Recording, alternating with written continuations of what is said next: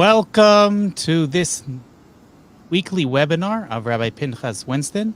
This is Josh Wander from Yerushalayim, and I'm here representing the Bring Them Home organization. I'm hearing a little bit of feedback. Are you hearing that, Rabbi Winston? No, sounds fine to me. Good. Okay, so we're going to leave it.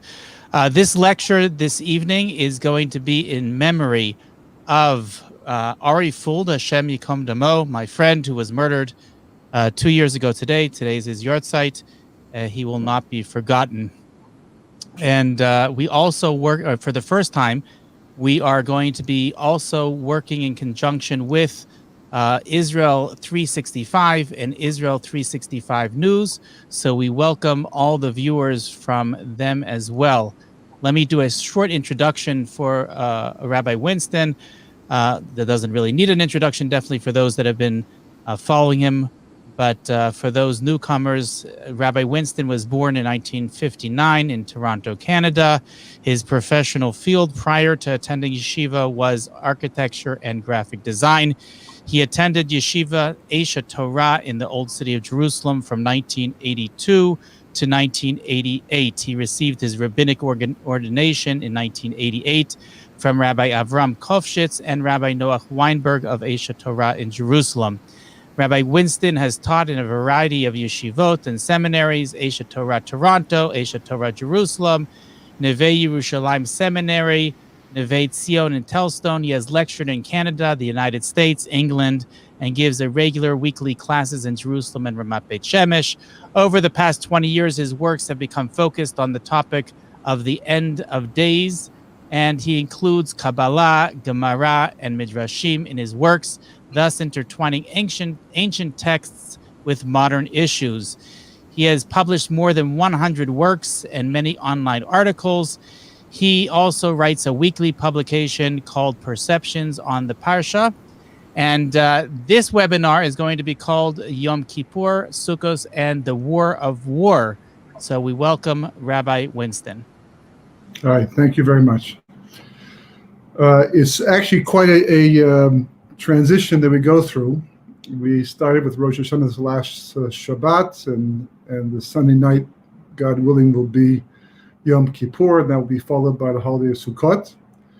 And it's for the average Jew who celebrates these holidays, who observes them and goes through the entire process of Rosh Hashanah, serious prayer the entire time, 2 days of prayer, not all day long, not like Yom Kippur.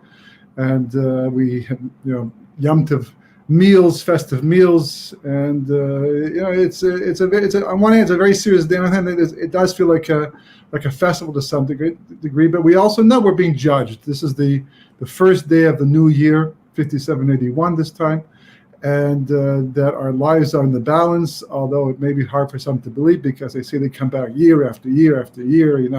I know I did that mistake last year, that sin last year, and still here I am. Okay, it's true, I did repentance, but nonetheless, if I was God, I would have taken me out of the picture a long time ago. But he has such patience, and after a while of going through the motions, even if you take it seriously, it's very hard to believe and to accept that it really makes that much of a difference. Later on, after death, on the great judgment day that everyone will have to go through at some point in time to decide where I'm going to be going in the afterlife, in the next world, whether I go to the world to come or to Gehenna, which is the Jewish version of purgatory. That still remains to be seen, and I can afford to believe in that because hopefully, God willing, unless I'm 95 years of age, I've got some time to think about that. I got some time to get my matters in order, which of course is not the case necessarily. In fact, just before I came home, and I was leaving the shul, the synagogue that I was praying in, there was a poster on the wall for somebody who had died recently, and he looked much younger than me. I don't know if it was to do with the coronavirus, but he left behind a widow and 4 orphans, and you just don't know. You just don't know how long you have to live. A lot of people's lives were changed this year. A lot of people's families had to go through tremendous upheaval, unexpected, unusual, abnormal because of the situation as it stands right now. Financial situations have changed. It's not the same world it was a year ago. Last Rosh Hashanah, We came out of Rosh Hashanah, and then we went through the 10 days of repentance, which we're in right now towards the end.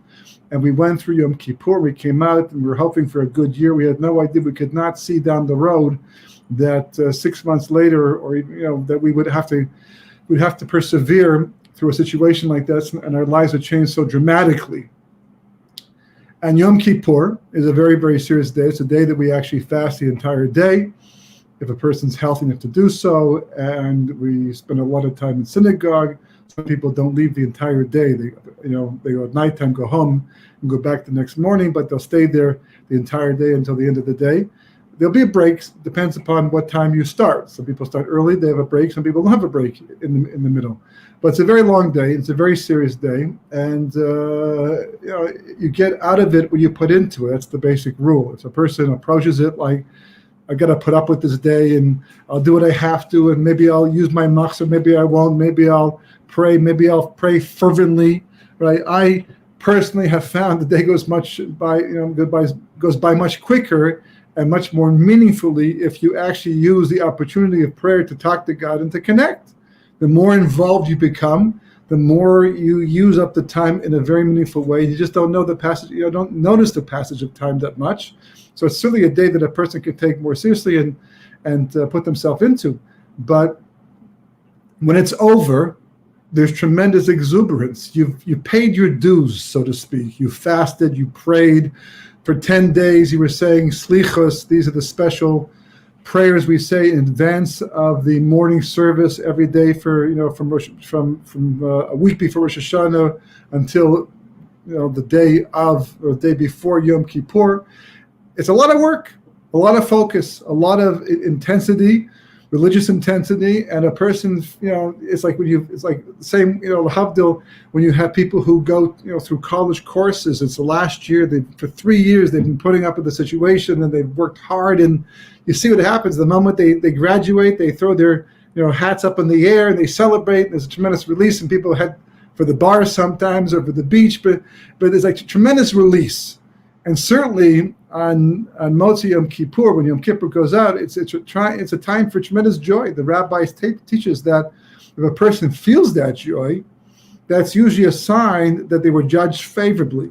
Certainly they lived that long. They lasted the entire 10 days. What's going to happen after that remains to be seen. But we go home and we have a festive meal, not just a break fast, but we have a festive meal. It's a yantiv meal. It's a festive meal to some degree, not exactly like what we'll have on Sukkot or Shabbat, but it has that aspect of, because it is a celebration. That we came to Yom Kippur, we prayed, and hopefully God has in fact forgiven us, and we have trust in God that He will forgive us. This is an important part of the entire understanding. And right after the meal, people often start building their Succots, if they didn't start already, or at least to complete them. You have about 4 days to do so. This year, Yom Kippur is on Monday, Sunday night, Monday. Monday night will end Yom Kippur. Then you have until Friday night, which is Sukkot, and you have to buy the 4 species, the lulav, esrog, and hadassim, and the ravos, and all different things. It's a very busy time, and you can work on yourself. But they start like literally after the meal, because there's a sense of joy, the sense of desire to, an energy to use up in a very meaningful, positive, Torah-like way, to show God that we love His mitzvahs, we love His commandments, we love doing His will. But Sukkot, anyhow, is just a time of tremendous joy. It's man simchasenu. That's what it's called, the time of our joy. This holiday, Pesach, is called man cherusenu, the time of our freedom, because that's the theme. The theme by Pesach, by Passover, is freedom. And then by Shavuos is the second holiday, right, which comes 50 days later after the second day of Pesach, and is called Zman Torah Sena because it celebrates the giving of the Torah to the Jewish people. So therefore, it's the time of our Torah. And Sukkos is not called Zman Sukkosenu, Zman Lulavasenu. It's not called about the species or called about the Zman Simchasenu, the time of our joy. And obviously, it comes after Yom Kippur. It's obviously connected. It's not just the release and the relief that, thank God, another year of Rosh Hashanah and 10 days and Slichos and Yom Kippur. It's over. breathe once again and enjoy myself once again and have a little fun once again. It's more than that. On the contrary, whatever we gain from Yom Kippur, we carry with us that the simcha, the joy of Sukkah, is the realization that hopefully we got to through the 10 days that climaxed on Yom Kippur.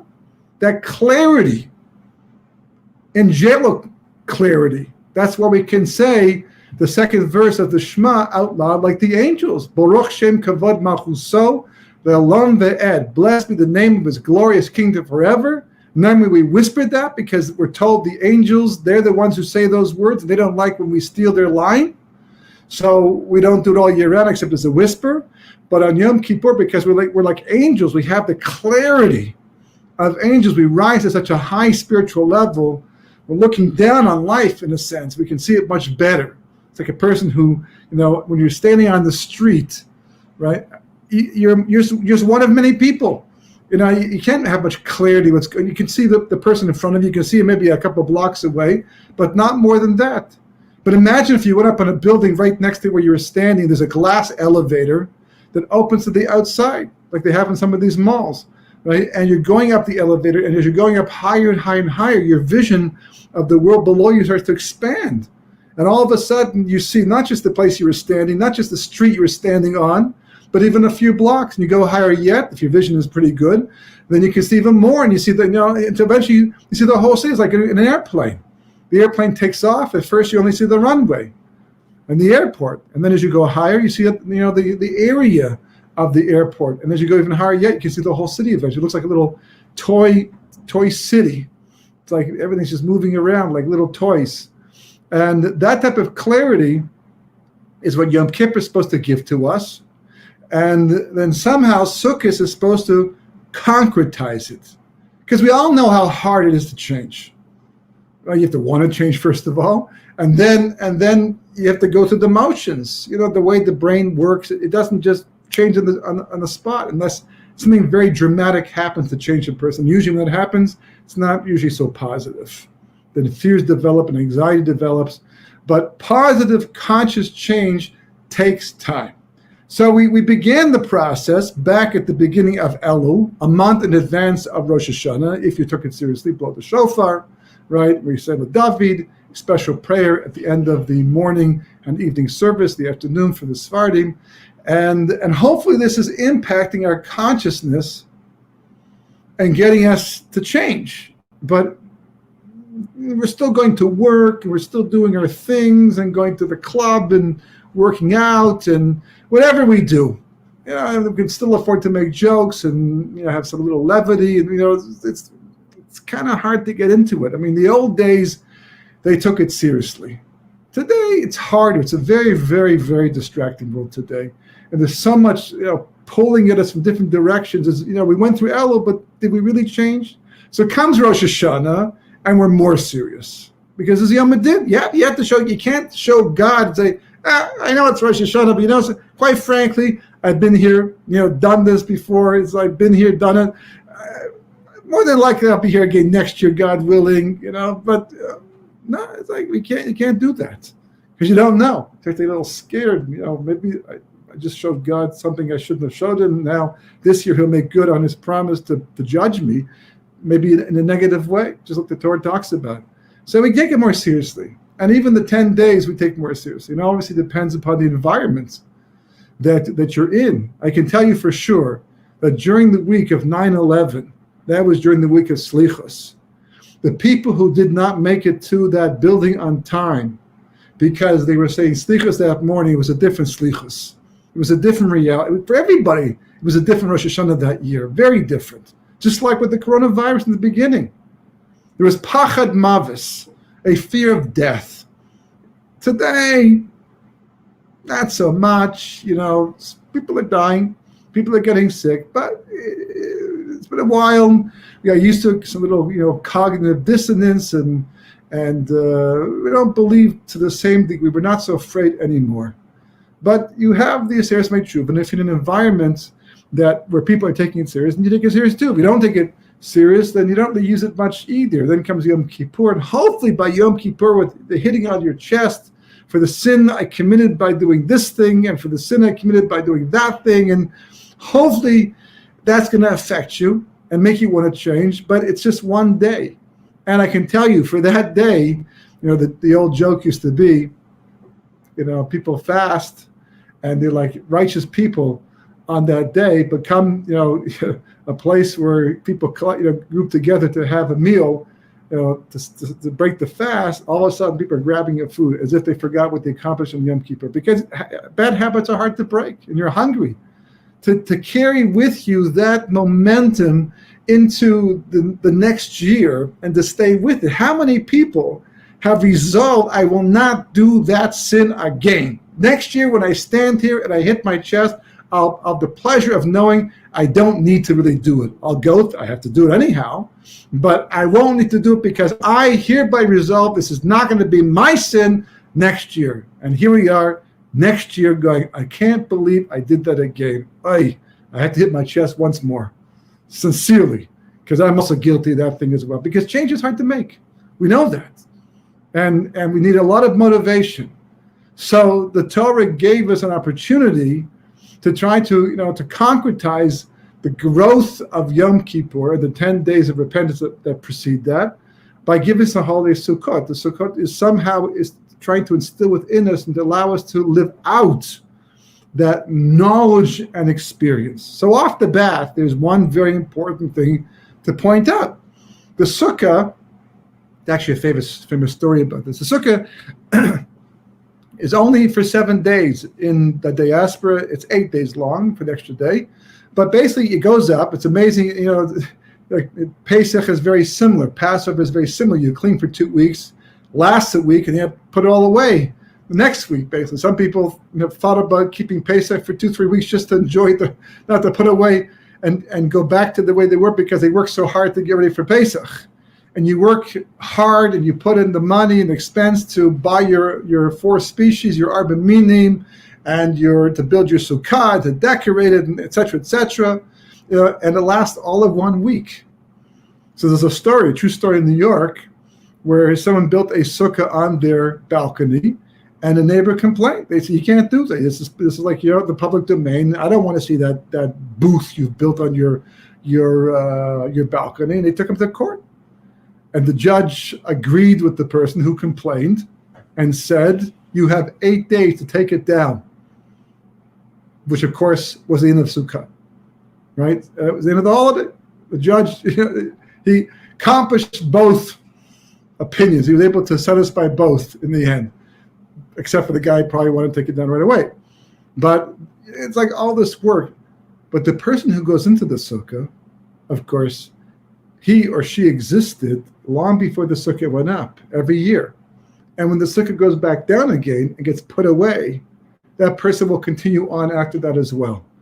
Making a very important point, because the walls of the sukkah are really like the body of a person. A person comes into this world, okay, so the body, God willing, is not going to last 7 or 8 days. Hopefully it will last a lot longer than that. But it's certainly going to last 80, 90 years, maybe 70 years at least. Especially today, we live up much longer, and it's very easy to think that this is your reality, is your body, and you take care of the body, and you feed the body, and you respond to the demands of the body the entire time, and you forget about the soul inside. This was the fundamental disagreement between Noah in the time of the flood and his generation. Noah kept saying, we have a soul. You have to service the soul. That's what it's all about. That's who you are in essence. You're a soul. You may have a body, but this body will come and go. Your soul has probably been in many bodies by now, reincarnating generation after generation to generation, each time a different body, a different name, a different family. But the soul itself is the same soul. And each time it comes back, it puts on different clothing, but the soul, that's eternal. And the body won't last forever either, but the soul will last forever. And that's who you are in essence. And they said, no, when was the last time you saw a soul? We can't see a soul. We look in the mirror, we don't see a soul. The only souls we see are at the bottom of our shoes. And perhaps a certain fish that you might enjoy eating. But other than that, how can you prove there's a soul if you can't see it? To this very day. They cut the brain open looking for the source of consciousness, looking for the soul, so to speak, of a person, but they can't find it because it's not inside the brain. It's spiritual. It's not physical. If you're looking for a physical soul or physical it's not there. It doesn't exist in that realm. It's a spiritual. It's energy. It's a whole different. It's a piece of God, of divine light. But that's who you are in essence. That defines the person. A person does a sin because they forget that. In fact, the worst part about the sin is that your soul is holy. Everybody's soul is holy. You can't get an unholy soul. Souls are holy. So when a person does a sin, they profane it. They take a holy thing to do a very unholy thing. And that's the essence of a sin. That's the thing they were actually asking God to forgive us for. He gave us something very special, a very holy soul. And now we are using it in a very profane way. But it's hard not to if you think you're a body first and foremost. And that's what people do. That's the way we act to ourselves and other people. We treat one another as bodies. We listen to our bodies because they're so loud. They're the ones that tend to get our attention the most, except in spiritual situations. You know, for example, a person can act. There's a famous story. Actually, I don't know how famous it is because you probably never heard it before. But I heard the story before, and I saw it someplace else. So it's kind of a famous story. It's famous to me, at least, right? And in the story, basically, it's a true story about the Chernobyl Rebbe. You've heard of Chernobyl because of the meltdown that happened in Chernobyl, Russia. Don't remember how many years at this point in time. But there was a certain Hasidic group that lived in Chernobyl, and the Rebbe, that group was called the Chernobyl Rebbe because very often they got named after the town that they lived in. So that's how he was known. And he was a tzaddik, a righteous person. And one day a woman comes up to him and she's crying because her husband was arrested by the Russian authorities on trumped up charges. They weren't real. They're always looking for excuses to throw Jews into jail, and they got her husband. He had no money to get out. Could he help her? So he immediately said, I will go and I will collect money to raise the ransom for your husband. And he went to the shuk, to the marketplace in the town, the local marketplace, to collect the money. And as he was collecting, for this cause, he noticed there was someone called Herschel, the late son. The late son is like a clown type of thing, but he wasn't like wearing a mask, and makeup and the funny hair. He was a joker. He was a person who liked to make fun of other people. He was a businessman, but he also enjoyed making fun of other people. He was famous for this, and people would gather around him in order to be able to hear, make his jokes. And usually it's lashon hara, derogatory speech, and embarrassing other people, things that Torah is very much against. But Herschel was not a religious man.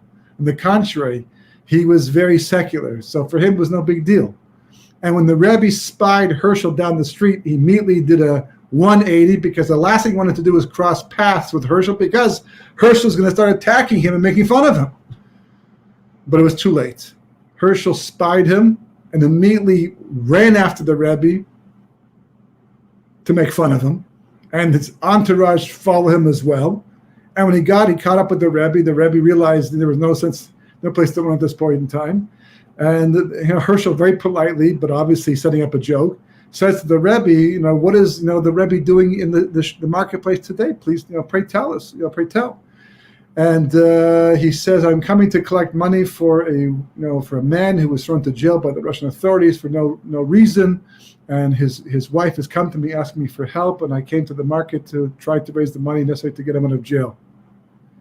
So, everyone's standing around, and Herschel reaches into his pocket, takes out the money, the amount that the Rebbe's looking for, and he goes to hand it to this rabbi. So they're all waiting. He's going to pull it back, hit his head, do something. One of those those slapstick tricks they do to make fun of somebody else. And they're all waiting, holding their breath, because that's what Herschel does. Except not this time. For some strange, bizarre reason, Herschel doesn't do this. Even the Rebbe's expecting something. He's got the money in his hand, the rubles, whatever, and waiting for something to happen. And okay, fine, I'm going to be humiliated, and I'll move on from here, and that'll be that. But Herschel doesn't do this. He does not take away the money. He doesn't just hand nothing. And after a while, the crowd is like astounded. Like, who is this guy? This is not the Herschel we're used to. And they realize there's no joke here. So they start to walk away. And Herschel's standing there stuck, and he doesn't know what he's done, right? And the Rebbe turns and he realizes he's not taking the money back. When he realizes that this is for real, he says to Herschel that, you should be blessed to know the peace of Shabbos. That's what he says to him. And Herschel's like dumbfounded. He goes home and he tells his wife what he's done. His wife can't understand how he could squander their money like that to a rabbi for a cause like this. Like, what were you thinking? I don't know. Yeah. And anyhow, so it's like Tuesday, and then Wednesday comes around and Herschel starts to act strange. And then Thursday, and he acts even stranger. And by Friday, he's like climbing the walls. And Shabbos, he can't control himself. And Sunday comes, he's back to normal again. And then Monday, and then Tuesday, and Wednesday, and this goes on for weeks. And his wife figures out it must have to do with this Rebbe, because he gave him this blessing. He should know the peace of Shabbos. And it turns out that on Shabbos, he tends to be the worst. So he goes to the Rebbe. She goes to the Rebbe, and she says, I don't know what you've done to my husband, but you have to turn him back. You have no right to do this. It was wrong of you, right? I should even ask you for the money back, but it'll be enough that you give my husband back his sanity. So he says, absolutely, 100%. Send your husband to me. And he comes, and he spends Shabbos with the Rebbe, and from that point onward, he's never the same again. In fact, apparently what happens, I don't know what happens to his wife. The story doesn't go into those details. It's just tshuva or they get divorced, but eventually he actually becomes Shomer Shabbos, and he becomes a Rebbe himself one day. And again, this is a true story that happened. So there's the mystical aspect of it, but the Rebbe, the situation, the story, the divine providence that set the entire thing up in the first place. You can't really know that in advance and account for that, but somehow it brought the soul out of Herschel, and he was no longer the same again. And once it came out, it couldn't go back in again. When you go to shul, anybody can go to a synagogue and continue on with the same type of conversation they would have in their office or in a mall. Obviously doesn't appreciate what it means to be in a synagogue. And they're certainly not in touch with their soul. Because if a person knows that this is a place that we talk to God, I'm not so sure he exists, but just in case he does, nobody has ever proved that God doesn't exist. You can't. You can't know everything. You can't go to every last aspect of the universe to find that God's there or something. So the best you can do is be agnostic. You can't be an atheist even. You can be agnostic, but you can't be an atheist because there's no proof for the lack of God's existence. And it doesn't take very long to show an agnostic or an atheist just the opposite. That has more to do with what they don't know than what they do know in the end. So just in case, like Louis Pasteur said, just in case, the odds are in your favor to believe or to at least err to the side of caution. You walk into a synagogue, it's the house of God. You see, even in the mafia, where you have people who do, things that they make movies about, but in a church, in the place of God, on a Sunday.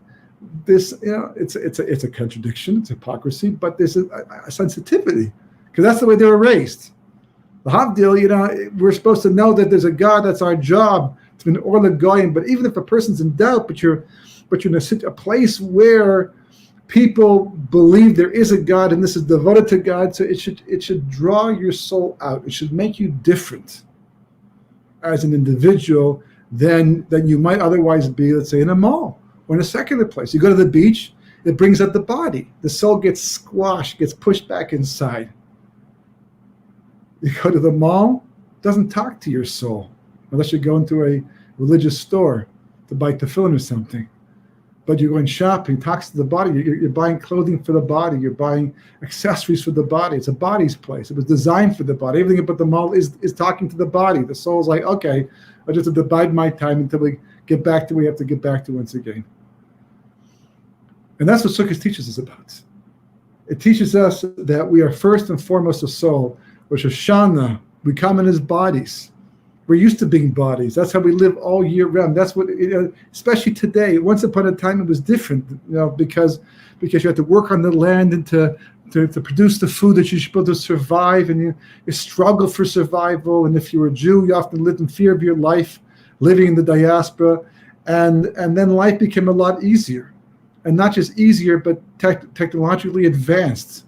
With things being thrown at us, you walk by a window, how many phones can you get into that window? You've got clothing coming at you, you've got advertisements. It's like just nonstop bombardment of distractions. And most of it talks to the body.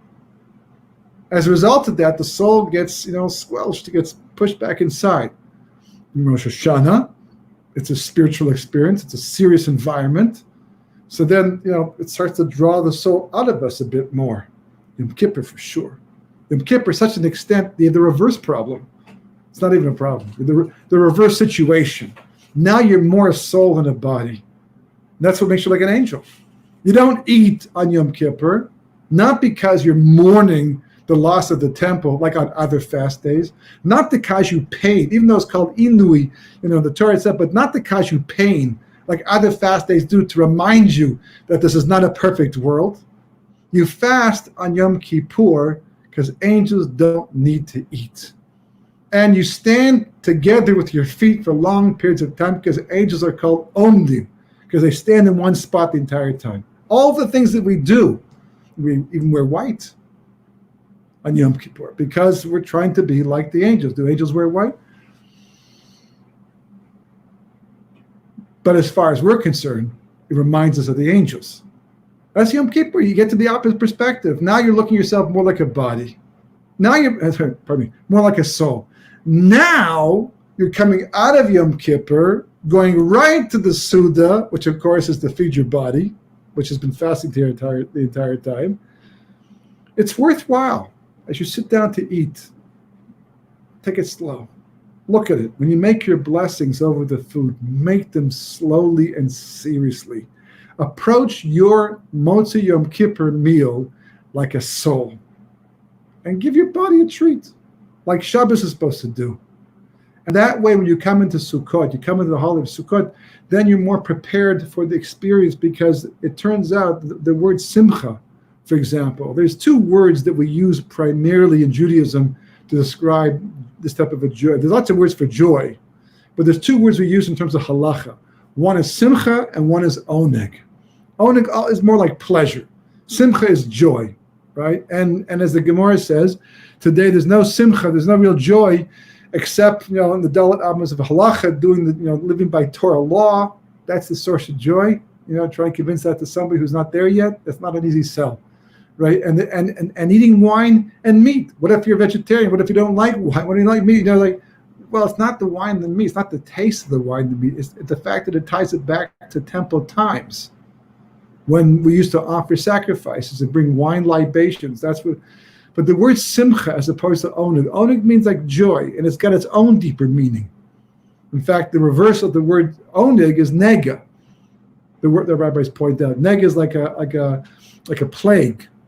But it has more to do with where the ayin is placed, which is like the eye. So if a person has the proper perspective, they're going to have oneg. They'll be happy with their portion of life, and they'll have pleasure from life itself. If a person is stingy, or they're constantly competing, or they feel they don't have enough and they're constantly complaining, but then life becomes like a nega. It's more like a plague for them. It's distasteful. That's oneg. But simcha, the word simcha itself, the root of the word simcha, the letters mem ches. Mem ches in Hebrew is brain. So it's telling you that the source of the joy on Succos, it's man simcha seinu. It's an awareness. Yeah, get dressed up nicely, for sure. Have some fun. Go into the sukkah. Eat delicious food. Bake new challah. Do it all. Have a wonderful time. But that's not the source of the joy. That's the source of the oneg. Also mitzvah, 100%, and certainly helps you get to the simcha. The profits, not the ones you make in the stock market, the ones way back used to talk to God and give us prophecy, right? The prophets in the old days, in order to go into a state of prophecy, they had to be in a state of simcha. So they would play music, certain music that would talk to them, that would quiet their body, so they could feel a sense of oneg and joy, to have the simcha, to have the awareness, and God could talk to them. That's how prophecy worked. One of the ways that prophecy worked. So the whole sense of joy and simcha is an awareness. That's what Sukkot is about. It's about an awareness. an understanding, an appreciation, which unfortunately today is very missing, very missing. We get used to things very quickly. Once upon a time, it was like a shocker to hear about false news. How can news be false? News is to report the truth as much as possible. How can it be a lie? How can it be, padded? And we got used to this a little bit earlier than the rest of the world, because when the first Intifada began in Eretz Israel, right, we had to witness how CNN and other organizations would pay the Palestinians to stage some type of attack by the Israelis, and there's no Israelis there, but it was newsworthy, false news, all the way back then. And it sells newspapers, gets people's attention. Now with the internet, even more, so it's all competitive. If people who are running these organizations, these companies, who are telling us this information, either don't believe in God, or even if they believe in God, but they don't have fear of God, so what's to prevent the person from changing the truth the way they want to change it? And now we're used to that. We got used to that. Okay, just to sift through it, and the world has become less and less honest as time goes on, because there's nothing to stop it from becoming that way. And then people become more insecure, and they start looking out for number one to protect themselves. And there's all the confusion to do with the health situation and politics and distraction after distraction. The body is just constantly and focusing on itself, and the soul is getting lost. And when the soul gets lost, so does the truth. Once upon a time, a person says something, and it's usually what he meant. It was usually the truth, as they understood. They weren't trying to con you. Today, it's just the opposite. Is everything a con? Someone's trying to make money off me with this too? They don't really have my best interest at heart? Yeah, it's very possible. That's the way the world is developed. Sukkos is like the counter-awareness to all of that. It's the counter-awareness to that world was called Olam HaSheker, that the Talmud itself predicted thousands of years ago, and telling us way back then that at the end of history, right before Mashiach comes, expect the world to be so embedded in falsehood that no one's going to know what the truth is anymore. It's going to be hard to find it. You won't find a Vad Emes anywhere, the Talmud says. You go from place to place, and you won't be able to find the truth. And even people who maybe want to tell the truth, they won't know it, or how to tell it, or they'll be afraid to talk about it because of the repercussions of speaking the truth. Because today people speak the truth, they get fired, and they lose their jobs, or they get even killed sometimes for doing things like that. It's like an act of heroism to stand up and act like a soul today. And we have Succos to remind us, but that's what it's all about. You can be afraid of the world today, and you can be persuaded by other people to live like that, like they tried to do to Noah. Noah said, no. If I have to die in the process and go down in the process, I'll do that. I'd rather die for the sake of truth than live a long life according to falsehood. Because one day I have to stand before him, and he's going to ask me, how could you do it? How could you be so blind? How could you be so afraid of them and not of me? Now we have to deal with that reality. They're all gone. It's history, right?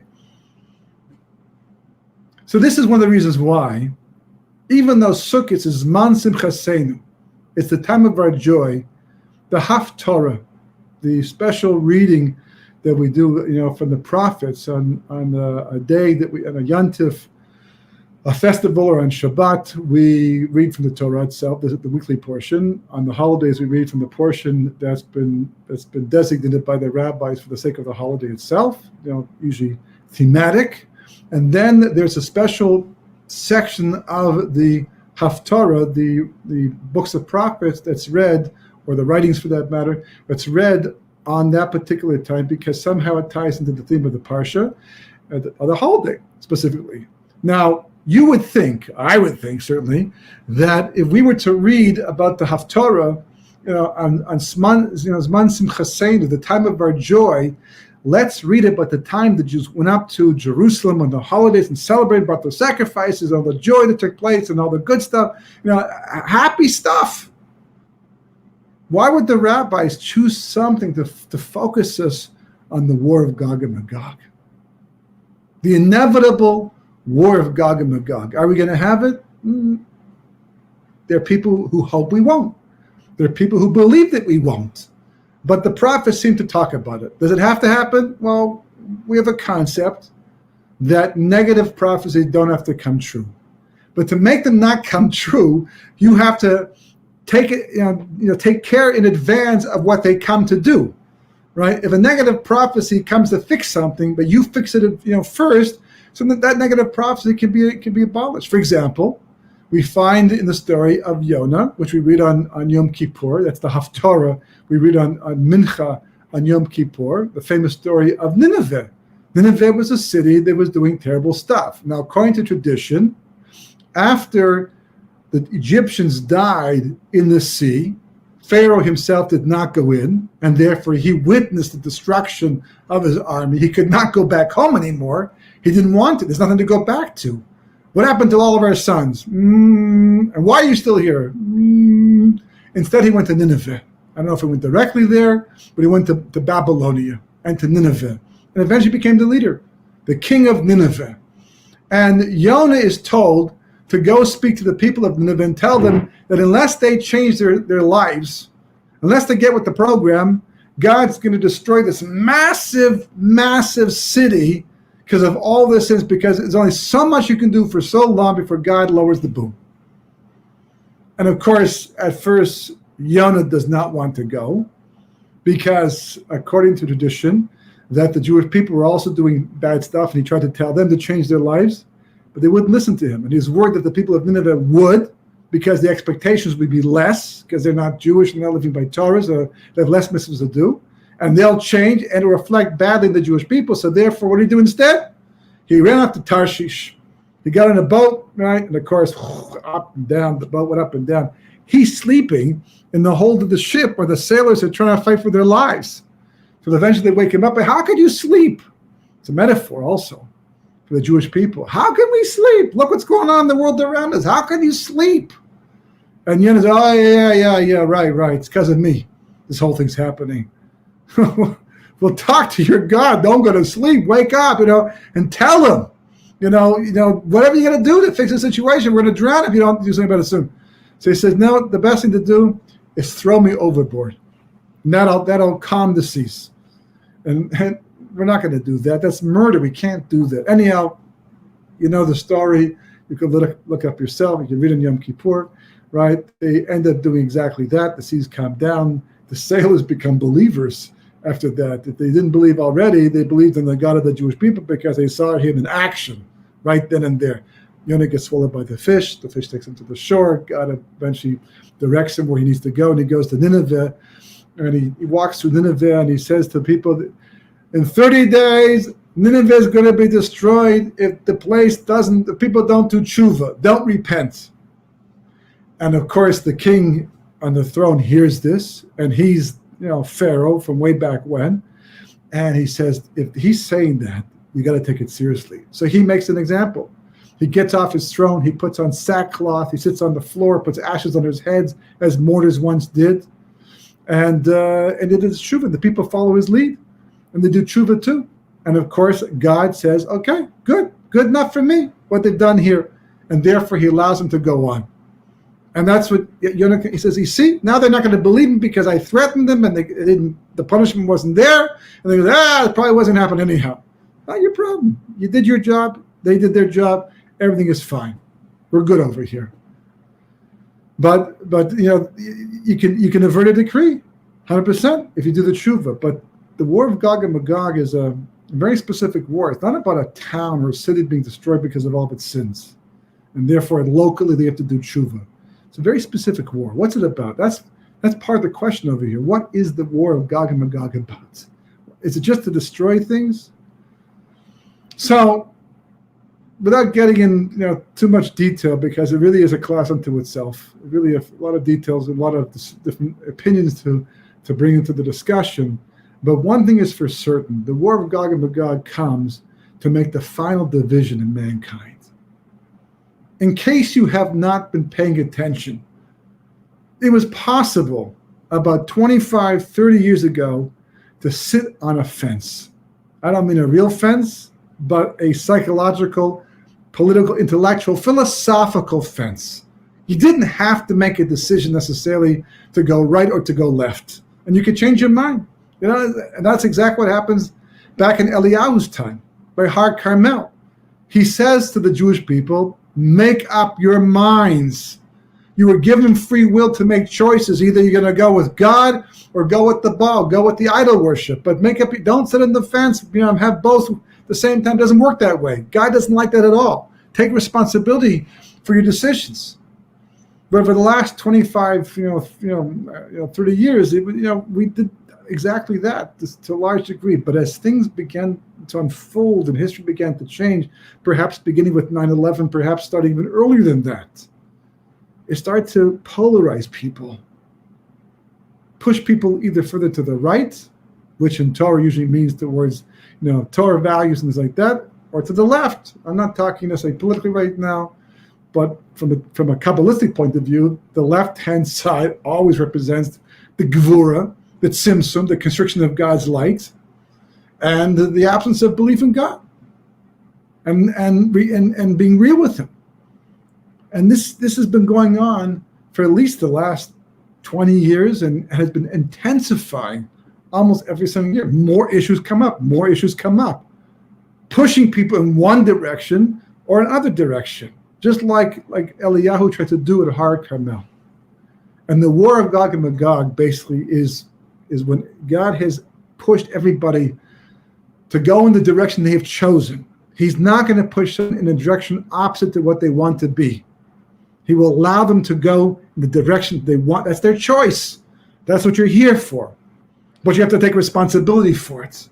And the final war of Gog and Magog, the war to end all wars, the war of wars, right, of history basically, is about this very particular point. That we'll have made our decisions. We'll have made our choices. And ultimately speaking, the war of Gog and Magog is to rid the world of the people who choose to live the life of the body over the life of the soul. They chose. Not what we call, let's say, onus, not what we call mistaken thinking. If a person is raised in a particular household, if a person goes to a certain school and the education is such that they become, manipulated in that direction, they didn't have a fair shot at it. So God will take that into account because He knows the person's heart. He knows how the family raised that person.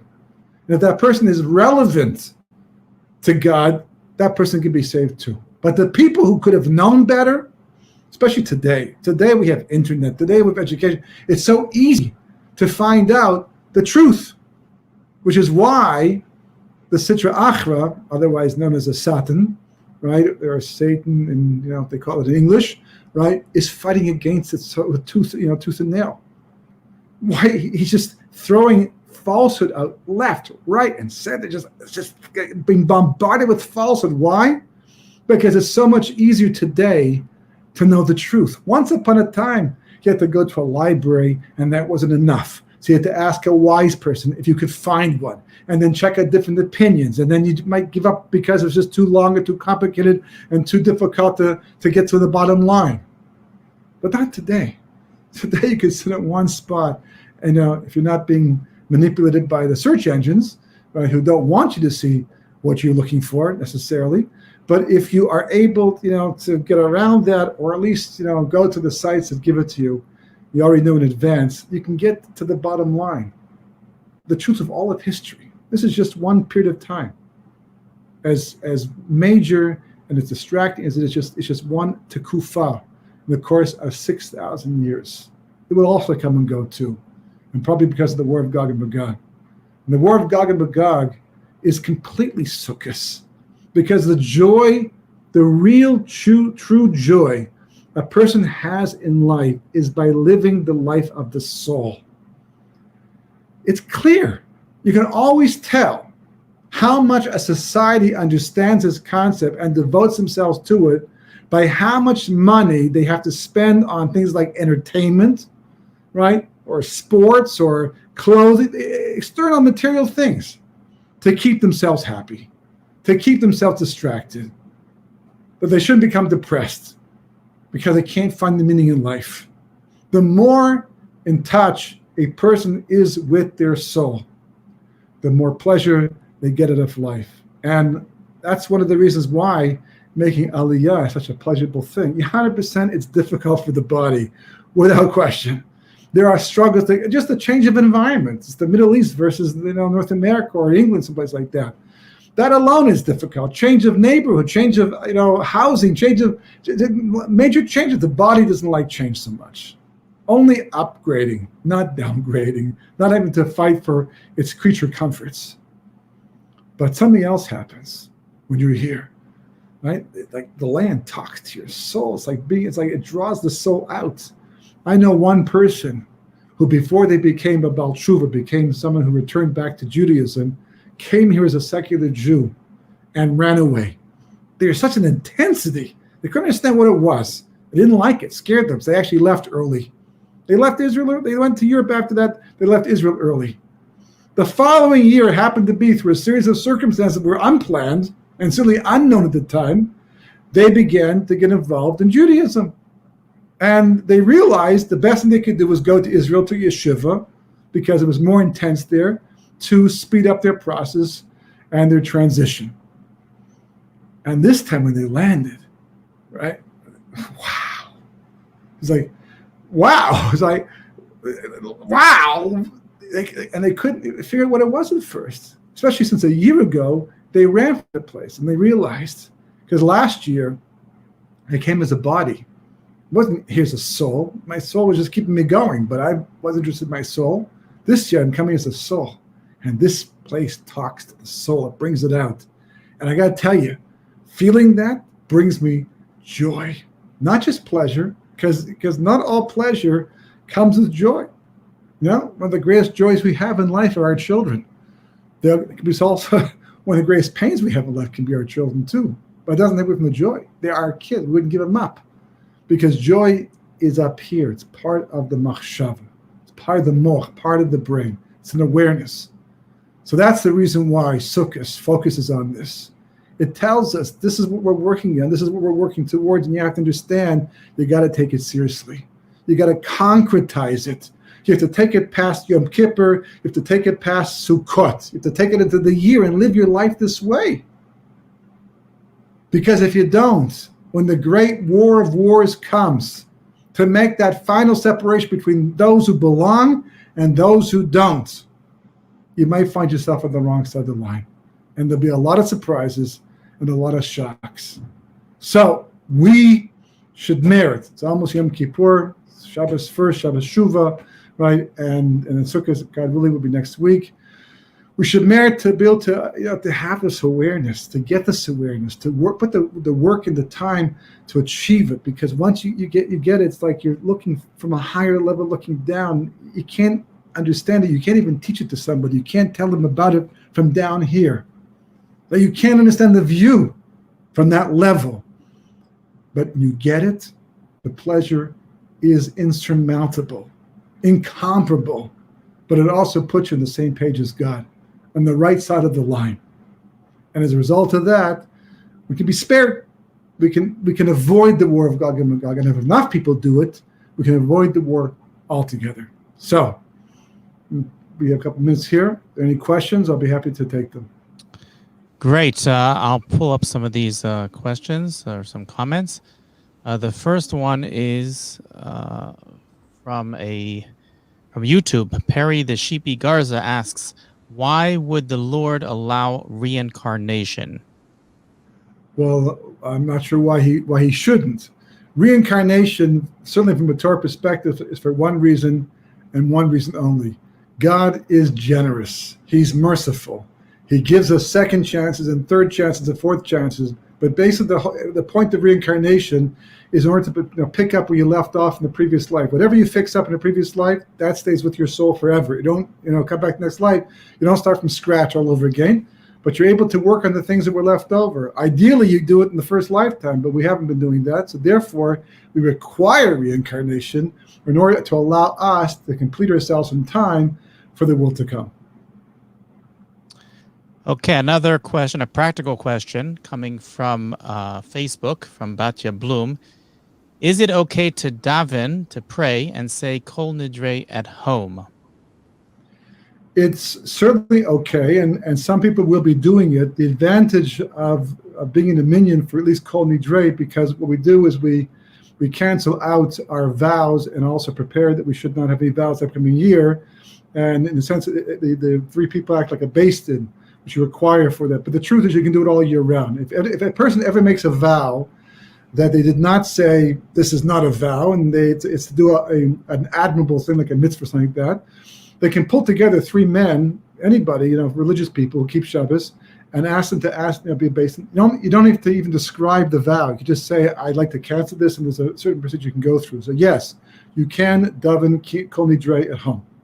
And this year, given the conditions, many rabbis are suggesting that for some people, and certainly for a woman who doesn't have an obligation to be in whatsoever. It's more of a tradition that they've been going year after year. This year is certainly something that they'll just take into consideration. So one last practical question about Aliyah is from Irina Esther Kazadeyev from Facebook. She asked, the 16-year-old son is refusing to make Aliyah with us. What to do? He never visited Israel. He is not observant boy now, sadly. Can't leave a 16-year-old without home and family. This, unfortunately, is a difficulty. So, not to push one of my books, but I have a book called Talking About Eretz Yisrael that actually is a program to try to help to deal with situations like this. I suggest, and I send it work, that you start infusing the family with Eretz Yisrael consciousness. And it works faster than you think. And it depends. I don't know the 16-year-old. I don't know what he likes. I don't know what kind of personality they have. So maybe they're disinterested. Maybe they might be interested. But everybody's got their focal point, so to speak. And if a person is exposed to something long enough, it starts to wear them down. So rather than push it, rather than try to impose it upon them, which is just going to reject and rebel, find ways to bring that type of consciousness very quietly, very under the radar, so to speak, into the house, gradually, slowly, and he will, or he, I don't know if even is she, but he or she will start to notice this and hopefully start to be affected by it. And worst comes to worst, at the age of 18, if it's still not open to the idea and you still want to make Aliyah, then they'll be old enough, to move out if they have to, and you can follow through with your plans. They may just follow you anyhow because to be with the family. It's a very general question with a very specific answer dependent upon the family. But just to sum up the idea, start with building the consciousness inside the house itself. Have discussions. Have if you keep Shabbat, at the Shabbos table, talk about it. In a very, very, very, very non-threatening way, and just know that over time, people hear things constantly over and over again. It starts to change their own way of thinking, even if they don't want to change that way of thinking. So even though you didn't want to plug your book, I want to plug your books. So if you go to the Rabbi Winston's website, Rabbi Winston's website can be found at his website is at 36.org, spelled out 36.org. And if you go to his website, you will see the many books that he's written. You can order his books straight through his website. I believe also on Amazon, if I'm not mistaken. They can be ordered. So they definitely worth taking a look at. For more information, it also has links to his webinars and different projects that he is involved with. If I may just also mention one other website, which is the website of the organization which is sponsoring tonight's webinar, and that is bringthemhome.org.il or israeltorah.org. You can visit it over here at israeltorah.org. We also highly recommend our inspirational video series, which can be found on YouTube. at youtube.com/Israel Torah, youtube.com/Israel Torah. And finally, I want again to mention that today's shiur was both made in as a refuah shlema to Yosef ben Malka Matel, as well as a lecture that was in memory of Ari Fuld, Hashem Yikom Damo, who was murdered 2 years ago today in Gush Etzion.